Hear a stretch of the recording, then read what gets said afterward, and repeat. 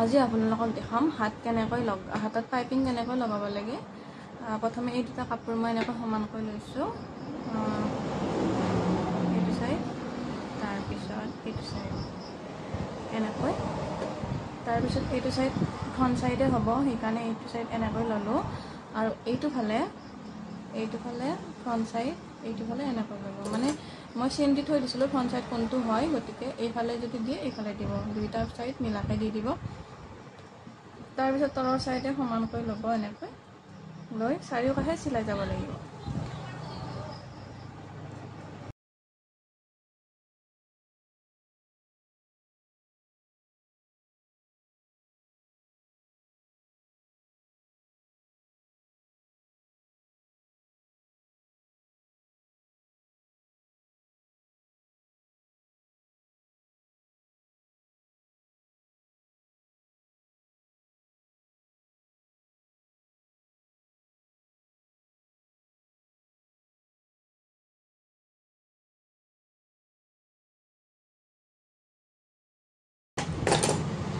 হৈ গ'ল ধুনীয়াকৈ চিলাই। তাৰপিছত আপুনি কি কৰিব লাগিব, চাৰিওকাষে সমানকৈ কাটিব লাগিব। যিখিনি ওলাই আছিলে সেইখিনি মই সমানকৈ কাটি ল'ম।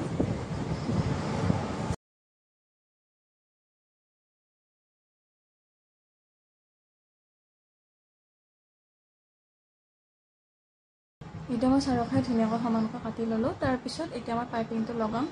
তাৰ আগতে সেইখন হাতো মই ৰেডি কৰি ল'ম।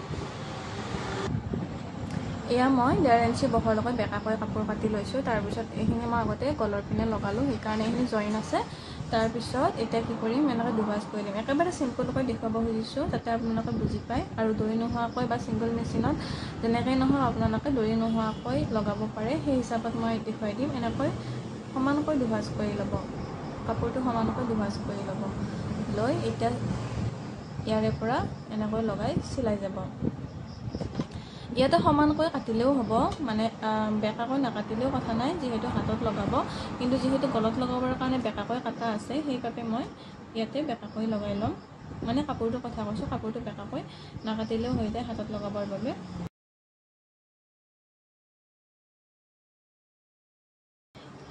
এতিয়া মই 1/2 ইঞ্চিমান এৰি এনেকৈ চিলাই গৈছোঁ।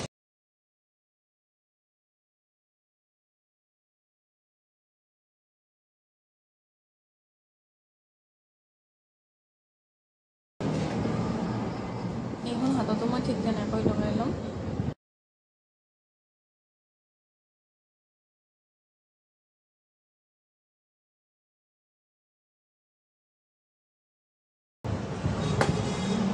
তাৰপিছত কি কৰিব, সৰু সৰুকৈ কাটি দিব। এনেকৈ সৰু সৰুকৈ কাটি দিব, পাতল পাতলকৈ। বেকাকৈ কাটিলে বেছি ভাল, বেকাকৈ এনেকৈ সৰু সৰুকৈ কাটি দিব কেঁচি দাগটোৰে। তাৰপিছত কাপোৰটো এনেকৈ হাতেৰে ওলোটাই ল'ব। তাৰপিছত পাইপিঙত যিমানমান কাপোৰ ওলাই থাকে সিমানমান দৰি এডালৰ সমানকৈ এনেকৈ ওলাই থকাকৈ চিলাই যাব।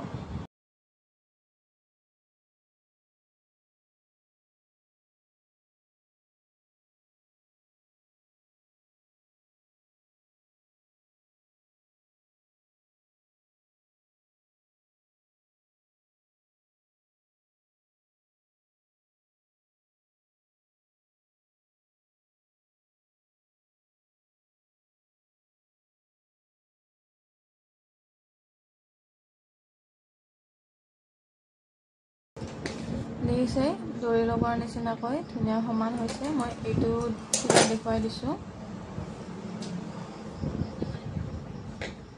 এইটোতো সৰু সৰুকৈ কাটি ল'ব লাগিব, আৰু হাতত নাকাটিলেও কথা নাই, তথাপিও আপুনি কাটি ল'লে বেছি ভাল হয়।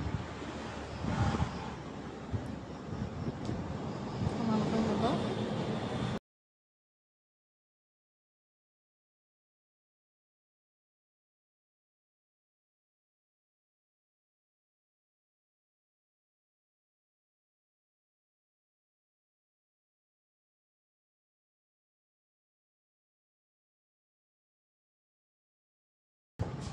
তাৰপিছত ওলোটাই দি এটা চিলাই মাৰি দিব।